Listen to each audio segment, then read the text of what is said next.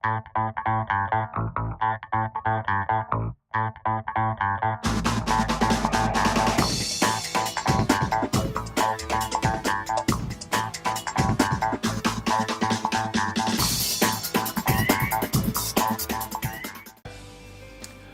to the Small Group Leader Field Guide. I'm your host, Stan Lubeck.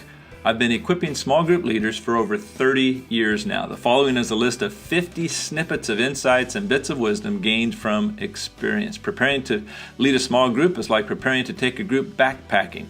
Preparation makes all the difference in leading a great small group. After 30 years, here is a list of insights every small group leader should consider in helping people become more like Jesus.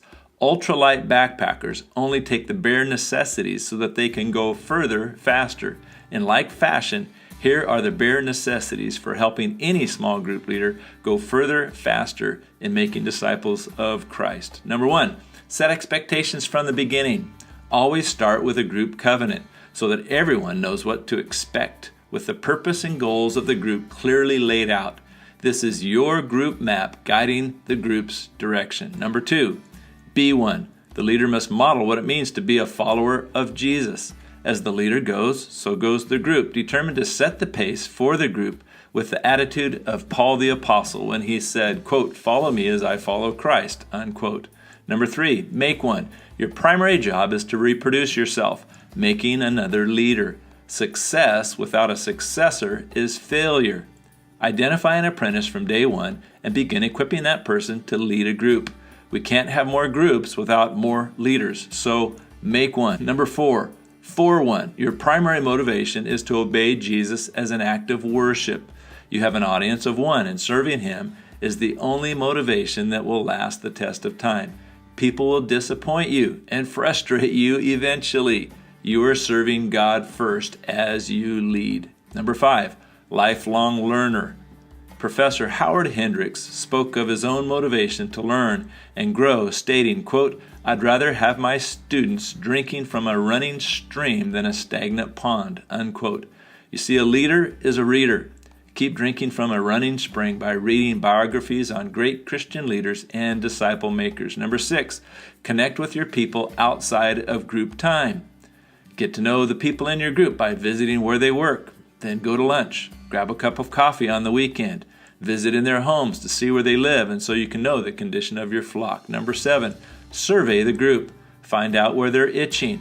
What are their biggest struggles at work? What is consuming their thinking? Sharpen your focus for greater impact. Number 8, Facebook. Host a group Facebook page to keep everyone informed and connected. Number 9, Instagram. People love seeing group pictures of socials and activities and pictures of themselves, so use it. Number 10, every crisis a teachable moment. Never ignore a distraction during the group time. Acknowledge it, take a moment to regain the attention of the group, and don't allow it to sidetrack the discussion. Number 11, create a web page or scrapbook capturing group memories of field trips, celebrations, and socials. Include family photos. Number 12, partner with other small groups. One group babysits for another social. Invite other groups to join on field trips or community service projects, school service projects, prayer walks, or seminars for a larger audience. Number 13, move toward the problem. Conflict rarely goes away on its own. Deal with problems as they come up and nip them in the bud so that the group isn't harmed by bitterness. Number 14, organize a, quote, phone chain, unquote. Quickly communicate coming events or group information through a well-organized branching of communication. Personal conversation is still most effective. Number 15, use instant messaging. Get everyone's phone number and do a group instant message so that everyone can contact the group through this string. Number 16, book sharing. Organize a group book library as members offer books they're willing to share on parent, marriage, discipleship, finances, leadership, etc. Number 17, survey interests. Ask the group what their friends like to do and organize that as an activity for the group to meet and invite those friends to participate. Number 18, survey leadership potential. Ask the group to list those they think would be great small group leaders. Number 19, group service projects. Chaperone an event or activity at the local junior high or high school. Dances, assemblies, field trips, sports events, and ticket sales are great options to serve the community and the local school. Number 20, planned prayer. Plan a morning of prayer and meditation at a local park or out-of-town location. Organize the time with a prayer guide of personal and corporate prayer prompts. Number 21, fishing for men. Arrive early for church and greet people as they arrive. Ask, how long have you been coming? And then ask, are you in a group? Offer to help them find a group that is the best fit for their needs. Then network with other leaders and see how you can get them connected. Number 22, adopt a student. A college student or a foreign exchange student are always open to a good meal or an act of kindness. The group can host a meal for several students. Number 23, invite a guest speaker. Who would the group like to hear from? Pastoral staff, community leader, board member. Number 24, family reunion. Invite all the groups who have multiplied to other groups. Celebrate all the new people who have been added through the willingness to start new groups, making room for those newbies. Number 25, serve as greeters. Serve as greeters at church for a month at one service. Pair members up so that they can enjoy serving together as a team. Number 26, rotate the host home. By meeting in various group members' homes, you will see where they live and get to know them better. Encourage them to invite neighbors to the group while they are hosting, as neighbors are more likely to attend when it's in their own neighborhood. Number 27, print up group business cards. A business card with group information can be a great way of encouraging group members to invite neighbors and friends. Put the address and map on one side and blank lines for the group member to list their name and phone number. Number 28, plan a retreat. Time at a retreat is worth an entire quarter of group meetings. See if someone has a cabin or book a large Airbnb cabin. Number 29, don't bail. Never cancel a meeting simply because attendance looks to be low. Sometimes the best meetings happen when the group is small. People realize that they are important when others don't show. Number 30, favorite music. Music tastes reflect a great deal about people's background and interests. Survey the group members' favorite songs and maybe play them when they come into the group that week. Number 31, serve in a crisis. When a natural disaster strikes locally, organize the group to respond by serving in some capacity. Volunteer with the Red Cross or other social service organization to serve food, serve firefighters, first responders, etc. Number 32, adopt a senior.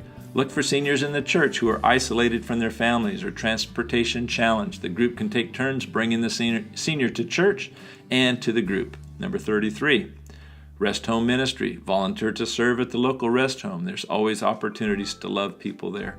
Number 34, multiply. Set a date as a goal for multiplying the group so that you can spread the blessing around. Number 35, develop job descriptions. Give members responsibility for the group. This breeds ownership for the group when everyone has a contribution to make. Greeting, refreshments, announcements, teaching, phone calling are all just a few of the items that can be delegated. Number 36, communion. Serve one another communion. Consider how you can give a personal blessing to each one. Number 37, affirmation session. Assign the group to affirm one another as they see spiritual gifts being exercised by other members. Number 38, I don't know. It's okay to say, I don't know, but I will find out and report next week. This gives you time to check in with those who do know, your coach, pastor, or supervisor. Number 39, game night. Schedule a night to hang out, playing board games, charades, cards. It's a great way to get to know each other better. Number 40, refreshments. The way to a man's heart is still through his stomach. Food has a way of making people more comfortable and helps break the ice for everyone. Number 41, opposite sex. Guys disciple guys, gals disciple gals. Don't counsel the opposite sex, refer them. Avoid being with the opposite sex one-on-one in private. Avoid every appearance of evil. Number 42, equip. Invite your apprentice to arrive a half hour early to the group to pray and to greet. Also, ask them to stay after the group to debrief and help them to develop as a leader so that they can one day lead. Number 43, sing. Make singing part of your meeting. Use those who can sing or play the guitar. You can also use DVDs of worship music that contain the lyrics. Always have printed lyrics so that no one feels alienated. Number 44, visit. Take group members to lunch and pick them up at the office so that you can see their work environment. Number 45, learn names. The most important word in the English language is a person's name. Number 46, conflict. It is best to handle conflict in private, not in a group setting.